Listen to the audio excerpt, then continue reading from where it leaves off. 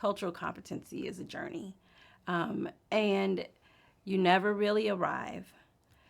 But what we hope happens is that you become more aware of yourself, your thinking, your thoughts, your intentions. And some days you're great and things are working well, and you're thinking about what you say before you say it. You're not eating your words. And then something simple can happen. You hear a news report, and your first thought is those people. It's our hope that when you do that, you didn't catch yourself and you say, wait a minute, it's not those people. It's just that person was doing something stupid or whatever. Um, and you dust yourself off, collect your thoughts, and get back on the continuum, get back on the journey.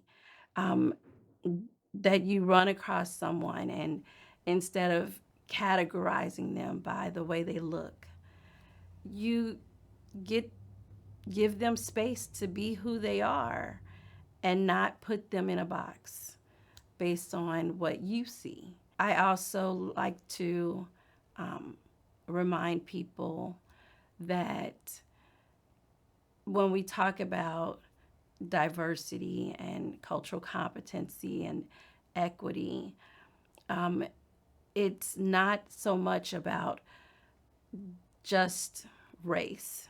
It's so much bigger.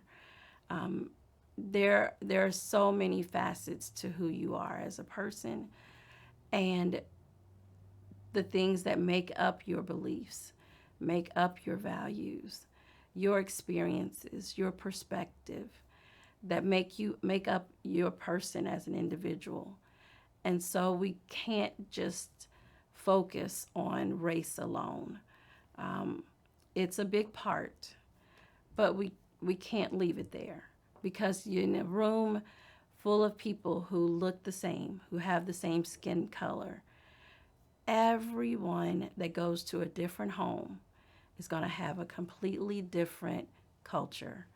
There are going to be some things that they do alike, and there's going to be some things and some thinking that are not the same, from the way they grew up, from their experiences since they've grown up, who their mate or their spouse is, just everything. There's so many pieces that make up your cultural individuality that we can't hinge it all on race alone.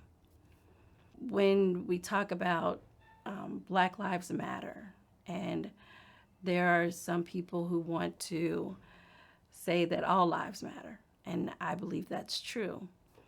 The way that I try to help people understand the distinction is here in Ohio. If I came to you and asked you if you would give me $20 to help save the dolphins. No, we don't have any dolphins here in Ohio, but you'd make a decision. Either you'd give me $20 or you wouldn't, or you'd think about it or whatever. Um, but you wouldn't think for 1 minute that I was against the eagles, that I wanted to kill all the monkeys, that I didn't care about the tigers. You wouldn't think that. You would think that I just wanted to save the dolphins. She's really into dolphins. And that's the way it is with Black Lives Matter. Just because we say, or a group says that Black Lives Matter, right now we need to be saying Asian Lives Matter, doesn't mean that we're against all the others. It just means that right now we want to focus on what's happening with that group. And throughout history, throughout time, there are times when one group needs to be protected. There's times when we need to save the whales, and there's times when we need to think about the turtles.